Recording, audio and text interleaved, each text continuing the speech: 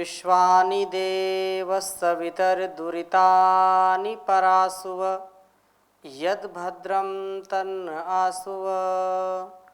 ओम शांति शांति शांति। दिव्य जीवन के इस कार्यक्रम में आप सभी दर्शकों का, श्रोताओं का हृदय की गहराइयों से पुनः अभिनंदन है, हार्दिक स्वागत है। मन के विषय में हम चर्चा सुन रहे थे और मन की अपार शक्ति, मन की गति इतनी तीव्र है और मन के ही संकल्प से सारे कार्यों की सिद्धि होती है। मन यदि हमारा शक्तिशाली है, मानसिक यदि हमारे अंदर सामर्थ्य है, तो शारीरिक सामर्थ्य न्यून भी होता है तो भी हम कभी पराजित नहीं होते हैं, कभी हम पराधीन नहीं होते हैं, क्योंकि मन में वो अपार शक्ति है कि हमको अंदर से प्रकाश देता है, अंदर से हमको ज्ञान का दीपक दिखाता है और हम बहुत ही विद्वान, बहुत ही धर्मात्मा, बहुत ही दिव्यात्मा जिनका सानिध्य हमको निरंतर मिल रहा है, तो इस ज्ञान की गंगा में हम निरंतर गोता लगा रहे हैं, मन की अपार शक्ति को समझने का प्रयास कर रहे हैं। पूज्य आचार्य डॉक्टर महावीर जी, मैं पुनः हृदय की गहराइयों से, वो पितृवत हैं, हमारे अभिभावक हैं, मार्गदर्शक हैं, कोटि प्रणाम करते हुए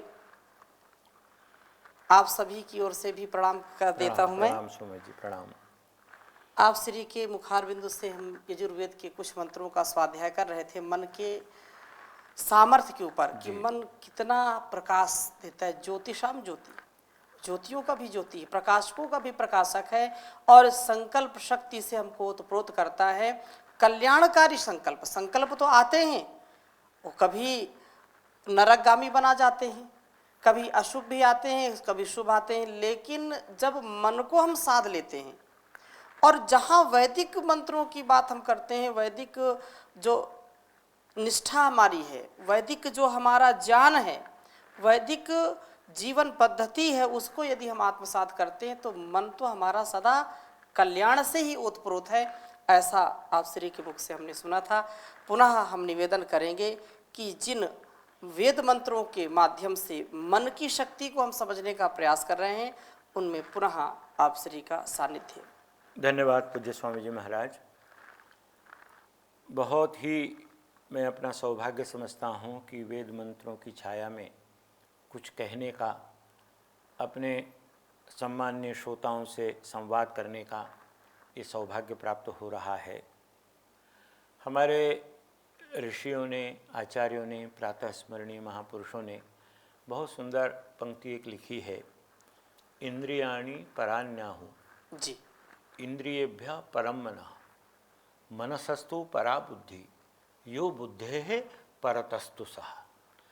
एक श्रृंखला बनाई, एक क्रम निर्धारित किया जी, कि संसार की यात्रा करते समय हमको किस पदार्थ को, किस तत्व को, किस वस्तु से कहाँ किस क्रम पर रख करके आगे बढ़ते जाना है। जी, तो कहते हैं इंद्रियाणि परान्याहु, अर्थात संसार के जितने भी जड़ पदार्थ हैं, जितने भौतिक पदार्थ हैं, खाने पीने, पहनने ओढ़ने की जितनी सामग्री है, उन सब की तुलना में इंद्रियां श्रेष्ठ हैं।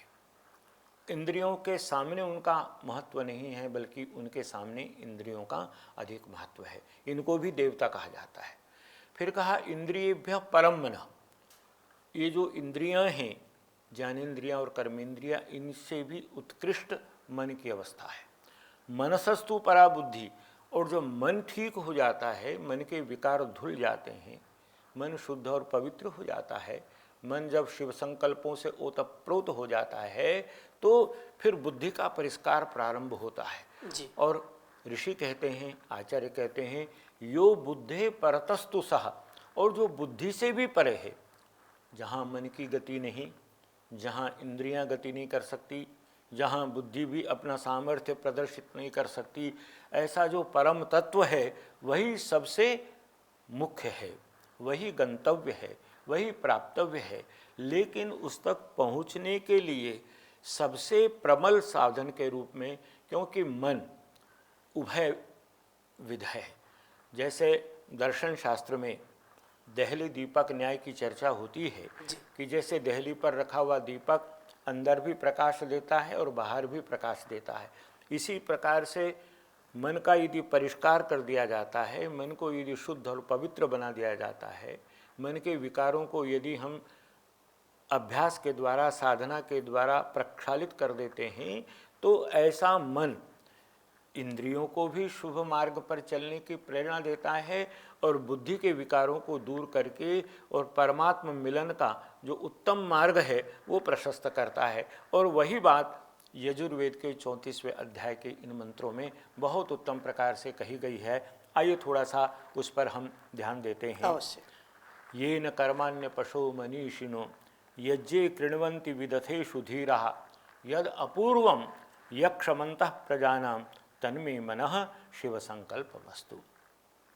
कहा कि जिस मन के द्वारा कर्माणि अर्थात जो करने योग्य कर्म हैं, और अपसह शब्द का अर्थ भी वेद में कर्म ही है। करने योग्य जो श्रेष्ठ उत्तम कर्म हैं, उन कर्मों को करने में मानव सफल होता है, सामर्थ्यवान होता है, तो वह भी ये न मनसा, जिस मन के द्वारा, अर्थात मन ही हमसे श्रेष्ठ से श्रेष्ठतम कर्म करवाता है। और मनीषिणः, जो मनस्वी लोग हैं, मननशील हैं, मत्वा कर्माणि सिव्यति इति मानवः, मानव कहा ही इसलिए जाता है क्योंकि वो मनन करके, सोच विचार करके, बुद्धिपूर्वक उसके हानि लाभ का आकलन करते हुए हम कहीं इससे सुपथ से कुपथ की ओर न चले जाएं, इस प्रकार का सावधानी पूर्वक विचार करते हुए मनीषी लोग यज्ञ बड़ा व्यापक शब्द है स्वामी जी महाराज जी। आप जानते हैं और सभी हमारे श्रोता भी इस बात से परिचित हैं। यज्ञ एक ऐसा शब्द है जिसमें स्वाहा और इदन्न मम, ये सारा समाज के लिए है, राष्ट्र के लिए है, विश्व कल्याण के लिए है, पंचभूतों के लिए है, परिवार के लिए है, मेरे माता पिता के लिए है, समाज में सर्वत्र सुख शांति की स्थापना हो, इस भावना के साथ जो जो भी कर्म किए जाते हैं उन सबको यज्ञ कहते हैं। और इसीलिए कहा यज्ञो वही श्रेष्ठतमम कर्म। इसका दोनों प्रकार से अर्थ किया जा सकता है, यज्ञ संसार का श्रेष्ठतम कर्म है, अथवा जितने भी श्रेष्ठतम कर्म हैं संसार के वो मानो यज्ञ ही हैं। यज्ञे कृण्वन्ति विदथेषु धीरा। विदथ कहते हैं, इसके आप जानते हैं स्वामी जी महाराज कि वेद के जो शब्द हैं उनके अनेक अर्थ हैं जी। अनेकार्था धातवः। जी। पाणिनि ने अष्टाध्यायी और धातु पाठ का प्रणयन करते हुए ये एक दृष्टि हमको दी कि एक धातु का केवल एक ही अर्थ नहीं है, संदर्भ प्रसंग के अनुसार उसके अनेक अर्थ होते हैं। तो विदथ शब्द का हमारे श्रोता यदि आनंद लेंगे तो बहुत उनको वेद के प्रति आस्था श्रद्धा का भाव प्राप्त होगा। विदत कहते हैं, एक तो जैसे मैंने एकांत में बैठ करके स्वयं पूजा, उपासना, संध्या, भगवान से प्रार्थना की, और एक हम बहुत बड़ी संख्या में एक स्थान पर उपस्थित होकर के, जैसे गुरुकुलों में अनेक ब्रह्मचारी एक साथ एक स्वर में और उच्च ध्वनि के साथ वेद मंत्रों का उच्चारण करते हैं, उसको कहते हैं विदत, सामूहिक प्रार्थना है। और विदत का एक अर्थ है अपना घर, जिस घर में हम निवास करते हैं, परिवार में 4 सदस्य हैं, 6 हैं, 8 हैं, सब के सब मिलकर के जब सामूहिक प्रार्थना करते हैं तो वो घर की सामूहिक प्रार्थना हो गई।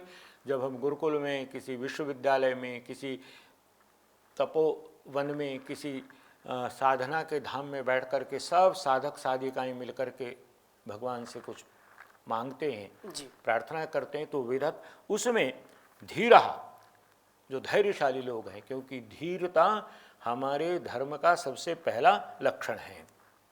यद अपूर्वम, और जो अपूर्व है अर्थात इसकी महिमा का जितना वर्णन किया जाए, इसी एक शब्द से मनोविज्ञान एक अलग विषय संसार के अंदर स्थापित हो गया।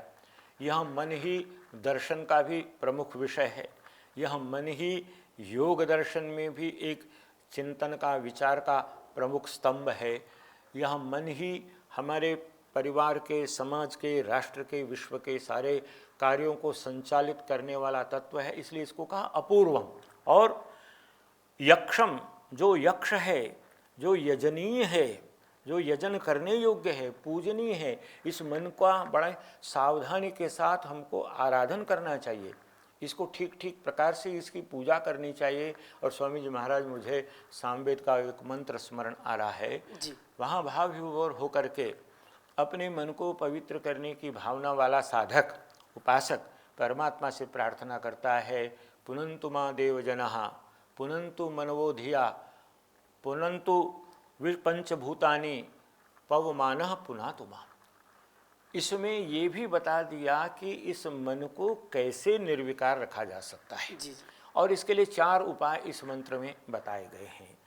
पुनन्तु मां देवजनः, यदि मैं सचमुच में अपने मन को पवित्र रखना चाहता हूँ तो मुझे देवों के निकट रहना होगा, जो विद्वान हैं, साधक हैं, योगी हैं, ब्रह्मचारी हैं, सन्यासी हैं, तपस्वी हैं, विद्वान हैं, जिनका श्रेष्ठ आचरण जीवन है, ऐसे व्यक्तियों के निरंतर सानिध्य में रहने से भी मन शुद्ध और पवित्र होता है। फिर कहते हैं पुनन्तु विश्वाभूतानि, अर्थात जो भूत हैं, आकाश, वायु, अग्नि, जल, पृथ्वी, अभिप्राय हुआ कि व्यक्ति जितना जितना प्रकृति के निकट रहेगा उतना उतना मन पवित्र होगा। इसलिए पूरे विश्व का इतिहास इस बात को बताता है कि जब भी किसी के मन में वैराग्य हुआ, चाहे वह सिद्धार्थ हो, अपना राज महल, अपनी पत्नी, अपने पुत्र को, सारे वैभव को छोड़ करके जंगल में चले गए तो गौतम बुद्ध बन करके संसार में अमर हो गए। मूल शंकर ने अपनी टंकारा बस्ती को छोड़ा, अपने माता पिता के प्यार को छोड़ा और जंगल जंगल, पर्वत पर्वत, इधर से उधर घूमते रहे सच्चे शिव की खोज में। तो पंचभूतों के साथ जी, अर्थात प्रकृति के साथ जितना जितना प्राकृतिक जीवन होगा उतना उतना ही मन निर्विकार होगा। जितना जितना विकृति और सांसारिक भोगों में व्यक्ति उलझता चला जाएगा, फंसता चला जाएगा, उतना उतना ही उसका मन विकृत होता चला जाएगा। और कहा पुनन्तु विश्वाभूतानि, और पावमानः पुनाहि मन, अर्थात सबसे अंत में व्यक्ति प्रयत्न करते करते एक स्थिति ऐसी आ जाती, पूज्य स्वामी जी महाराज, कि हमने पूरी शक्ति लगा करके प्रयत्न किया, उस प्राप्ति के लिए हमने नाना प्रकार के उपाय किए, लेकिन अंत में जाकर के व्यक्ति जब असहाय हो जाता है तब उस प्रभु चरणों में ही प्रार्थना करता है कि हे प्रभु, मैंने जितना मुझसे सामर्थ्य था प्रयत्न कर लिया, लेकिन अब मैं आपकी शरण में हूँ। परमात्मा की शरणागति, गुरुओं की शरणागति, श्रेष्ठ योगियों, महात्मा, ऋषियों की शरणागति में जब व्यक्ति अपने आप को पूरी तरह से समर्पित कर देता है तो स्वतः मन के सारे विकार दूर हो जाते हैं। यही इस मंत्र में प्रतिपादित किया गया है। बिल्कुल सत्य है। और क्योंकि ये मन की जो चंचलता है, ये यदि हम जैसा वेदों के मंत्रों से हम समझ रहे हैं, सुन रहे हैं और ऐसा जीने का प्रयास करेंगे तो बहुत ही उत्तमोत्तम हम उपलब्धियों को प्राप्त होंगे। और जैसा कि आचार्य श्री ने हमको संकेत किया कि जीवन में हम जो कुछ भी प्राप्त करना चाहते हैं सब कुछ इससे प्राप्त हो जाता है, परंतु मन को शिव संकल्प से युक्त करना पड़ेगा। यदि मन में वासनाएं हैं, बाहर की जो भोग भावनाएं हैं वो घर कर जाएंगी तो अहंकार से कभी नहीं बच पाएंगे और उसका परिणाम ये होगा कि अपने लक्ष्य से हम पतित हो जाएंगे। मानव का जो जीवन है, जो मनुष्य का जीवन है, जो सर्वश्रेष्ठ है, सबसे उत्तम जीवन है, उसका फिर कोई अस्तित्व नहीं रहेगा। इसलिए बहुत काम पर जीवन थोड़ा, उस पर मन का चंचल घोड़ा, सोच समझ नादान रे बंदे, मत कर तू अभिमान रे बंदे। तेरे जैसे लाखों आए, लाखों इस माटी में समाए, तेरे जैसे लाखों आए, लाखों इस माटी में समाये, रहा न नामो निशान रे बंदे, मत कर तू अभिमान रे बंदे। तो अभिमान को छोड़ करके जो यज्ञ है, जो कल्याणकारी कर्म है, उसमें हम सतत लगे रहें तो एक न एक दिन दिव्यता हमको जरूर प्राप्त होगी, हम दिव्यता से जीवन व्यतीत करने वाले बनेंगे। तो आप श्री से पुनः प्रार्थना है कि आगे का मंत्र। स्वामी जी महाराज, अभी आपने बड़ी अच्छी चर्चा की। यजुर्वेद के 34वें अध्याय का ये चौथा मंत्र है जी। ये नेदम भूतम भुवनम भविष्यत परिगृहीतम अमृतेन सर्वम, ये न यज्ञस्तायते सप्त होता, तन्मे मनः शिव संकल्पमस्तु। मन की ही महिमा, जी। मन का ही दिव्य और भव्य स्वरूप इसमें प्रतिपादित किया गया है। कहते हैं ये न अमृतेन, जिस अमृत रूप जी। अर्थात जो मरण धर्मा नहीं है, जो विनाशशील नहीं है, जो नष्ट होने वाला नहीं है, जो अमृतमय है, अमृत से भरा हुआ है, ऐसे जिस मन के द्वारा इदम भूतम भुवनम भविष्यत, भूतकाल, वर्तमान काल और आगे आने वाला भविष्यत काल, तीनों कालों को सजाने वाला, जी। तीनों कालों का निर्माण करने वाला, तीनों कालों को धन्य करने वाला यह जो अमृत रूपी मन है, परिगृहितम सर्वम, इसी के द्वारा सब कुछ परिगृहित है। इसी ने चारों तरफ सारे संसार को, सारे हमारे व्यवहारों को, सारी दुनिया को व्याप्त कर रखा है। ये न यज्ञस्तायते सप्त होता, कितना सुंदर आलंकारिक वर्णन है। जी। वेद को परमात्मा का काव्य कहा जाता है। पश्य देवस्य काव्यम न ममार न जीर्यति। हे दुनिया के लोगों, उस परमपिता परमात्मा के इस काव्य को देखो, न कभी मरता है, न कभी जीर्ण शीर्ण पुराना होता है। तो वो इसलिए सप्त होता, यज्ञ, जिसके साथ होता है। जी। दो हमारी आँखें हैं, दो हमारे कान हैं, दो हमारे नासिका के छिद्र हैं और एक मुख है। तो ये साथ मिलकर के इंद्रियां मानो इस संसार रूपी यज्ञ को, सृष्टि रूपी यज्ञ को, मानव के कल्याण के यज्ञ को निरंतर बढ़ा रहे हैं। लेकिन ये सप्त होता जो यज्ञ है, ये न तायते। आपने सुना है स्वामी जी महाराज, रघु जैसे बड़े बड़े राजा इस देश में हुए, चक्रवर्ती सम्राट हुए, और उनका मन जब उनको प्रेरित करता था तो प्रेरणा पाकर के वो गंगा यमुना सरस्वती के पावन संगम पर आकर के बड़े बड़े यज्ञ किया करते थे। प्रयाग नाम है ही इसलिए प्रकृष्ट यज्ञों की वह भूमि है। और वहाँ आकर के रघु जैसे राजा बड़े दीर्घ काल तक चलने वाले यज्ञों का संपादन करके, और जितना भी धन वैभव होता था वो सारा का सारा संतों, महात्माओं, विद्वानों, ब्राह्मणों, याजिकों को संपूर्ण वितरित कर दिया करते थे। और मिट्टी के पात्र में फिर भोजन करने की उनकी स्थिति हो जाती थी। तो वो जो यज्ञों का अनुष्ठान है, चाहे वो भौतिक यज्ञ हो, चाहे हमारे जीवन में चलने वाला यज्ञ हो, उस यज्ञ को संपादित करने में सबसे महत्वपूर्ण भूमिका यदि किसी की है तो वो मन की है। इसलिए कहा ये न यज्ञस्तायते, तायते विस्तृत किया जाता है। कैसा? सप्त होता, सात जिसके होता है। अर्थात हमारी आंखें ठीक हों, आँखों से हम वही देखें जो देखने योग्य है। परमात्मा के सौंदर्य को निहारें। परमात्मा का सौंदर्य कैसे कण कण में चारों दिशाओं में व्याप्त है। प्रातःकाल उठ करके प्राची दिशा में मुख करके हम जब उदित होती हुई उषा को देखते हैं, सूर्य की रश्मियों को देखते हैं, आकाश में चहचहाने वाले पक्षियों के मधुर कलरव को, संगीत को अपने कानों के माध्यम से सुनते हैं, और चारों तरफ से आने वाली मलयाचल की जो सुरभित पवन है उसका हम अपनी नासिका से अनुभव करते हैं, तो हमको परमात्मा के सौंदर्य की, उसकी महिमा की, उसकी सर्वशक्तिमत्ता की अनुभूति होती है। यही यज्ञ है। तन्मे मनः शिव संकल्पमस्तु। प्रभु मेरा मन वो शिव संकल्प वाला हो।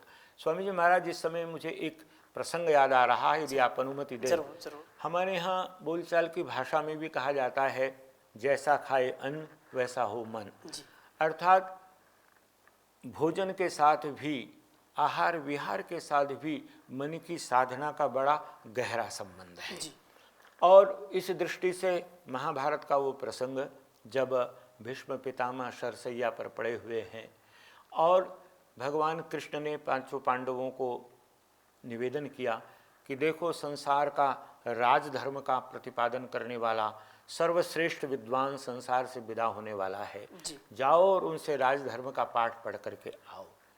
पांचों पांडव, द्रौपदी, श्री कृष्ण जी महाराज के नेतृत्व में प्रातःकाल भीष्म पितामह के पास युद्ध की भूमि में हाथ जोड़ करके पहुँचते हैं, निवेदन करते हैं।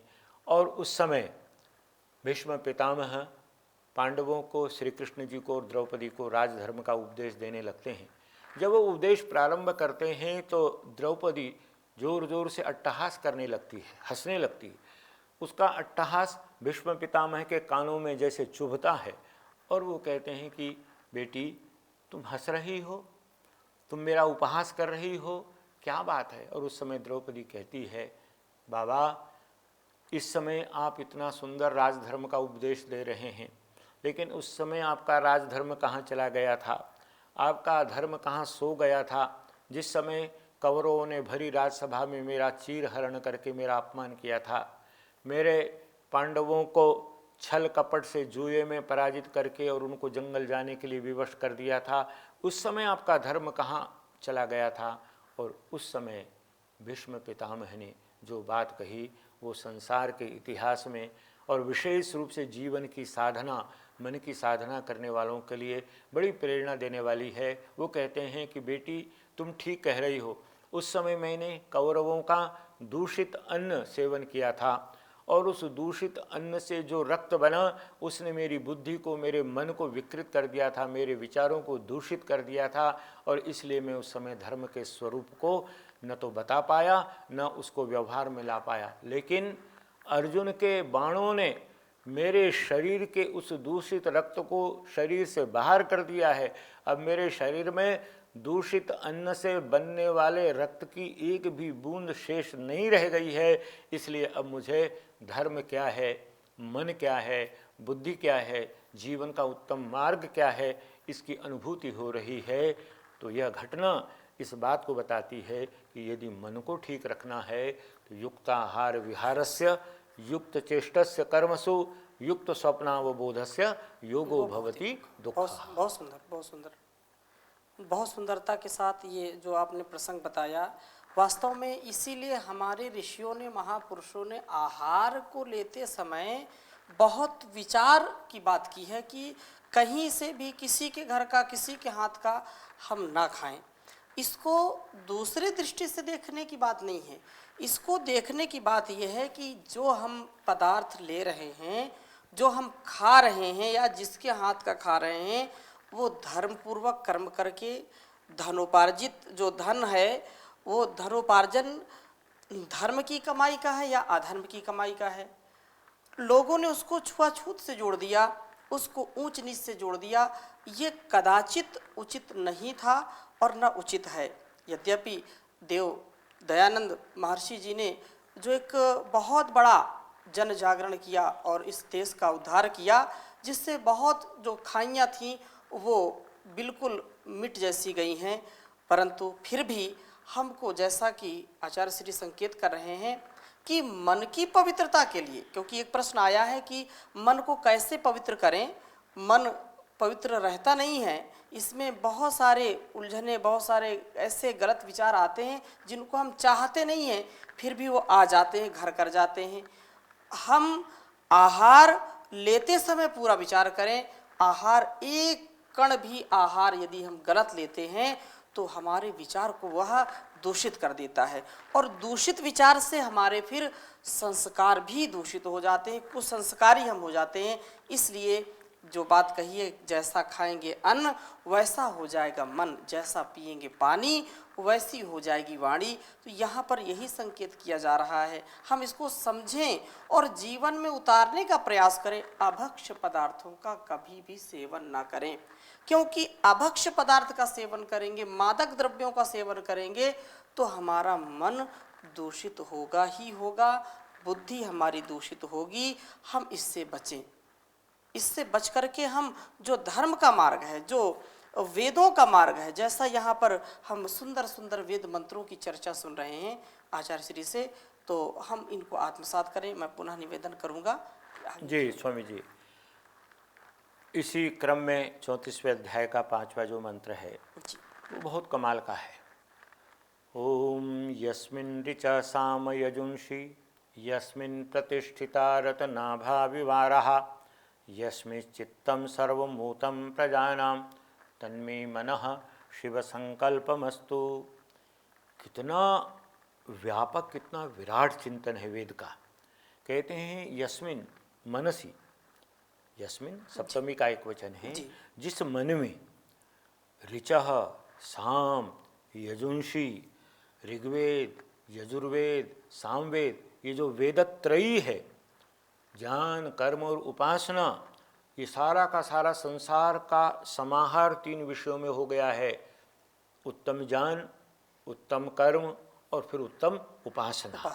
तो ये सामवेद यजुर्वेद और ऋग्वेद, ये तीनों वेद जिस मन में रत्नाभौ अरायुव, रथ की नाभि में जैसे अरे बंधे हुए होते हैं, लगे हुए होते हैं, इसी प्रकार से ये तीनों वेद भी उस मन में ही प्रतिष्ठित है। जब मन में संकल्प का जागरण होता है तो व्यक्ति वेदाध्ययन की ओर अग्रसर होता है, उसके मन में जिज्ञासा उत्पन्न होती है, फिर विद्वान गुरुओं के चरणों में जाता है। आप जैसे महात्माओं के चरणों में जाकर के और प्रार्थना करता है कि गुरुदेव मैं भी वेद पढ़ना चाहता हूँ, मैं भी वेद माता की शरण में आना चाहता हूँ, तो ये मन की ही प्रेरणा होती है। जब मन कहता है तब संसार के सारे सुखों का परित्याग करके व्यक्ति जंगल जंगल पर्वत पर्वत घूमता है, एक तपोवन से दूसरे तपोवन में जाता है, एक गुरु से दूसरे गुरु के पास जाता है, और जहाँ उसका फिर मन संतुष्ट होता है वहाँ बैठ कर के वो वेदों का अध्ययन करता है। यस्मिन् चित्तम सर्वमूतम प्रजानाम, और जो प्रजा है प्रकृष्टतया जायते इति प्रजा, उनका सबका चित्त भी जिस मन में ही ओतप्रोत है, अर्थात मन की ही सारी महिमा है, मन का ही सारा पराक्रम है, मन की गतिविधियों का ही सारा विस्तार है। और वहीं पर जब ये मन ठहरता है, वहाँ पर जब स्थिर होता है, तब वह मन के शिव संकल्प की अवस्था होती है। स्वामी जी महाराज, मन का जो मुख्य कार्य है, जैसा कि मैंने प्रारंभ में निवेदन किया था, संकल्प करना, लेकिन संकल्प के स्थान पर जब विकल्प आने लगते हैं तो विकल्प व्यक्ति को विनाश की ओर ले जाता है। जैसे कहा गया है संशयात्मा विनश्यति, जिसके मन में संदेह, ये करूं या वो करूं, इदम करणीयम अथवा तद करणीयम, कहाँ जाऊं, जीवन के चौराहे पर खड़ा हुआ व्यक्ति जब निर्णय नहीं कर पाता कि मेरा कौन सा मार्ग है जिससे कि मैं अपने गंतव्य तक पहुंच पाऊंगा, उस अवस्था का नाम है संशय की अवस्था या विपरीत ज्ञान। जैसे वेदांत में यथा असर्प भूतायाम रज्जौ सर्पारोपवद, जिस जो सर्प नहीं है, रस्सी को देख करके सर्प की भ्रांति हो जाती है, इसी प्रकार से संसार में पदार्थों का, भोग्य पदार्थों का आकर्षण हमको अपनी तरफ इस तरह से खींचता है जैसे मरुमरीचिका, जैसे रेगिस्तान में जहाँ दूर दूर तक रेत ही रेत है, सूर्य की किरणें जब उस पर पड़ती हैं और प्यासा हिरण जल की खोज में आता है और उसको लगता है कि जैसे पानी का समुद्र लहरा रहा है, और उस जल को पाने के लिए वो दौड़ता है दौड़ता है दौड़ता है और अंत में जाकर के अपने प्राणों को खो बैठता है। इसी प्रकार से हम सोचते हैं कि भोगों में ही सारे आकर्षण, भोगों में ही सारा मिठास है, भोगों से ही मानव के जीवन की तृप्ति होगी, लेकिन होती नहीं। और इसलिए भर्तृहरि को लिखना पड़ता है, भोगा न भुक्ता वयमेव भुक्ता, कालो न यातो वयमेव याता, तृष्णा न जीर्णा वयमेव जीर्णा। तो जो मन का पारखी है, मन के मोती को, मन रूपी रत्न को जो ठीक प्रकार से समझता है कि इसके बिना कुछ भी अच्छा काम नहीं हो सकता, फिर इस मन को वो ऋग्वेद के साथ, यजुर्वेद के साथ, सामवेद के साथ जोड़ता है, इसको यज्ञ भगवान के साथ जोड़ता है, इसको आप जैसे पूज्य संतों के साथ जोड़ता है, इसको फिर वह परम पूज्य स्वामी रामदेव जी जैसे महापुरुषों के चरणों में जाकर के वहाँ समर्पण करता है और फिर वहाँ से शिव संकल्प का जागरण होता है। और जैसे ही शिव संकल्प का जागरण होता है तो वहाँ फिर कभी हमको भगवान शंकर के दर्शन होते हैं, कभी हमको महर्षि दयानंद दिखाई देते हैं, कभी जगत गुरु शंकराचार्य के रूप में कोई दिव्य विभूति हमारे आँखों के सामने उपस्थित होती है। तो ये मन का ही सारा का सारा खेल है। मन को जिसने ठीक कर लिया, शंकराचार्य जी ने एक बहुत छोटी सी पुस्तिका लिखी है जिसका नाम है प्रश्नोत्तरी जी। तो वहाँ एक प्रश्न उठाया है, जितम जगत केन, संसार को किसने जीता। कोई कह सकता है कि जिसने अपने हथियार से सारी दुनिया के वीरों को पराजित कर दिया वो विश्व विजेता है। कहते नहीं, जितम जगत केन मनो ही येन। शंकराचार्य जी महाराज ने उसका छोटा सा अति संक्षिप्त उत्तर दिया और मन के विषय में चिंतन करने वालों के लिए एक छोटा सा शब्द मनोहीन, जिसने अपने मन को जीत लिया, जिसने अपने मन के ऊपर विजय प्राप्त कर ली, जिसने मन को अपने नियंत्रण में ले लिया, वही इंद्र है, वही वशी है, वही योगी है, वही साधक है। यदि जिह्वा के रस, कानों के रस, नेत्रों के रस हमको इधर से उधर भगाते रहते हैं, तब तक जीवन का कोई कल्याण नहीं हो सकता। और इसलिए मन की साधना से ही जीवन का कल्याण है। तो मन की साधना को हम अनेक बाधाओं में भी साध के रखें। अलग अलग दृष्टि से देखने का जो विचार है, जो नज़रिया है, हम कुछ भी देखें, कुछ भी सुने, परंतु जब हम संकल्प से युक्त होते हैं तो हमारा कृतित्व, व्यक्तित्व भी विराट हो जाता है। और ये चंचलता को रोकना पड़ेगा। मन की चंचलता को यदि हमने साध लिया तो निस्संदेह जीवन की प्रत्येक उस अवस्था को हम प्राप्त कर सकते हैं जिसके लिए हमने जीवन पाया है। लेकिन ये चंचल मन रुकता नहीं है, चंचलता आती रहती है। ये मन बड़ा चंचल है, चिंतन में नहीं लगता।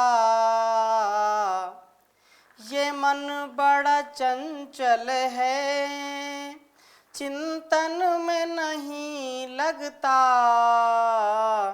जितना इसे समझाऊं उतना ही मचल जाए।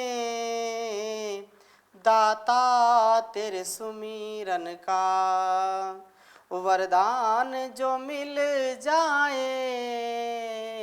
मुरझाई कली दिल की एक आन में खिल जाए। दाता तेरे सुमिरन का देवत्व के फूलों से दामन को मेरे भर दो। देवत्व के फूलों से दामन को मेरे भर दो। जीवन ये सुगंधित हो, दुर्गंध निकल जाए।